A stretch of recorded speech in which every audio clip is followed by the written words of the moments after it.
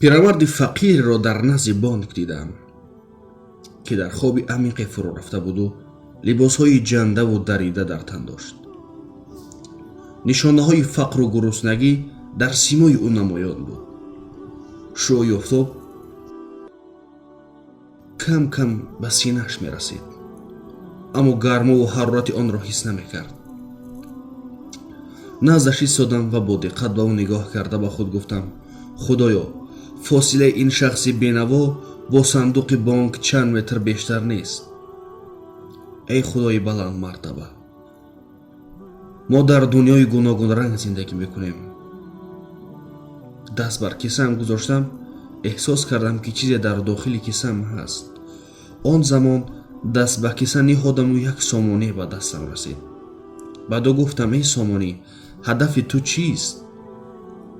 سامانی گفت: میخواهم که مرا تنها با کارهای خیر مثل تأمینات خرج خانواده، پدر و مادر، نیازهای شخصی، رفع مشکلات، کمک به قرضداران و نیازمندان، افزایش مال یتیم و غیره ها استفاده نمایند.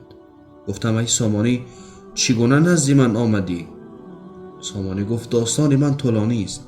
من بین دستهای زیادی رد و بدل شدم. حتی با دست کسی رسیدم که با من شراب خرید.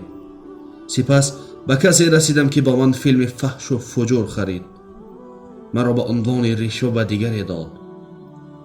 عاقبت تو از او چیزی خریدی و من همچون بقیه به تو بازگشتم.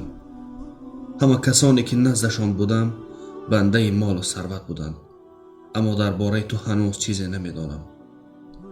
گفتم: چی طور فهمیدی که آنها بنده مال و ثروت هستند؟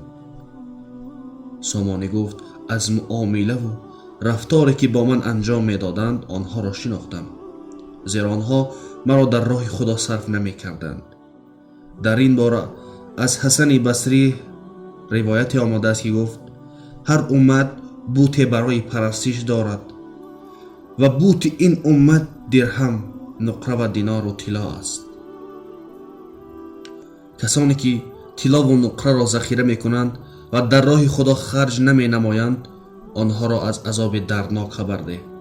روزی که آن طلا و نقره در آتش دوزخ گداخته شوند و پیشانی و پشت و پهلوی آنها را به آن داغ کنند، این است نتیجه آنچه برای خود ذخیره کردید. اکنون آنچه را که ذخیره می کردید بچشید. گفتم: تو خیلی خطرناکی. سامانی گفت: بله، خیر و سخاوت ارزش بزرگی دارد و هر کسی که با من چنین معامله نیک انجام بدهد باعث عذاب او در روز قیامت نمیگردم. پس توی برادرم، همان نفری که مرا گوش داری، مال و ثروت را توشه در راه خدا گردان و دنیا را وسیله و پل برای رسیدن به دنیای دیگر قرار ده.